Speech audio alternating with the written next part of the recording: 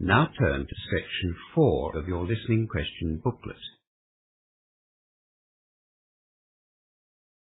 Section 4. You will hear a lecture about project management being given by a university lecturer. First, look at questions 31 to 40.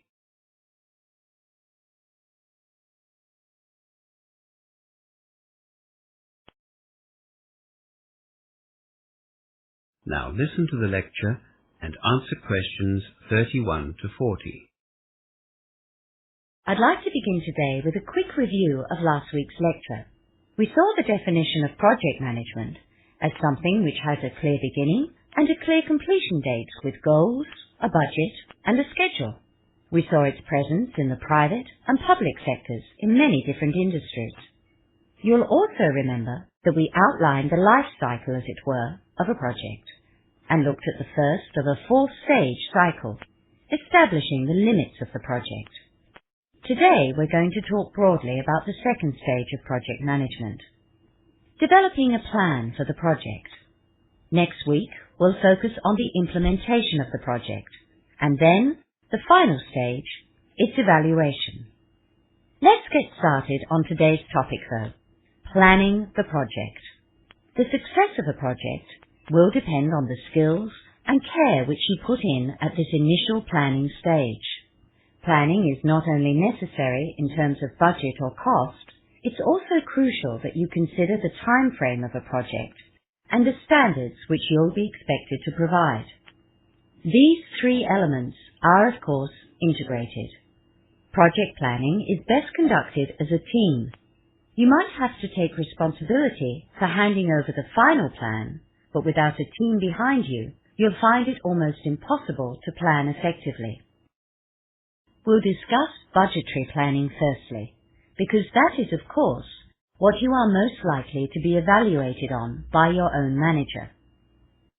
Before drawing up a budget, you'll need to understand the time frame involved to carry out the work and the standard of delivery at which the labour and materials are to be supplied. Now, this is arguably the most difficult to plan for. You'll never plan completely accurately for a project in terms of money, but you will become better at planning realistically. And it is this part of the planning process that you will do last. The best way to plan the cost of a project is to consider all the factors involved and how those factors relate to time and standard of delivery.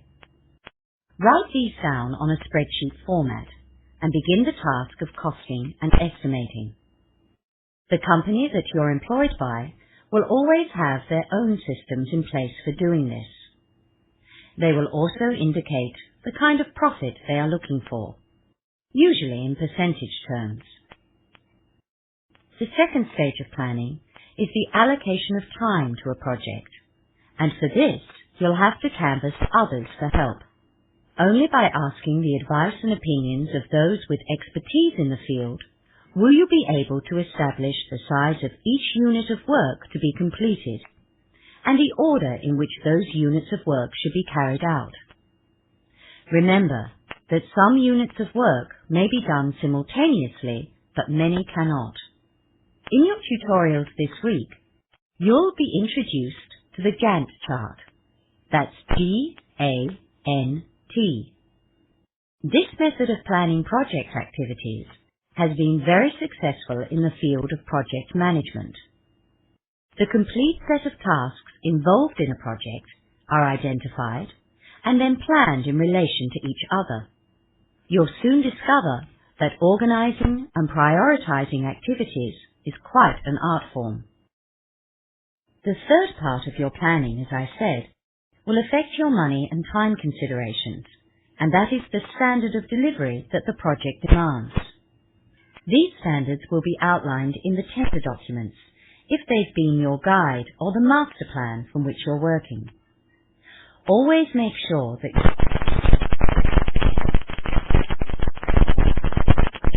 for every unit of work that is to be completed, you'll have to write specifications. They are detailed descriptions outlining specific standards of quality in materials and labour.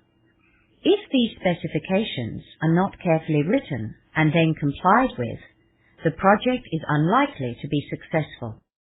These specifications will be referred to many times once the project is underway.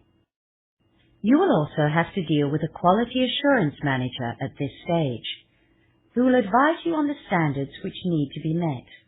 Quality management has become a valued component in successful project management companies. I've provided you with an outline of the planning process for project management, but you'll be looking at these three elements in more depth in your tutorials this week. That is the end of section 4 and the end of the listening test. You now have half a minute to check your answers.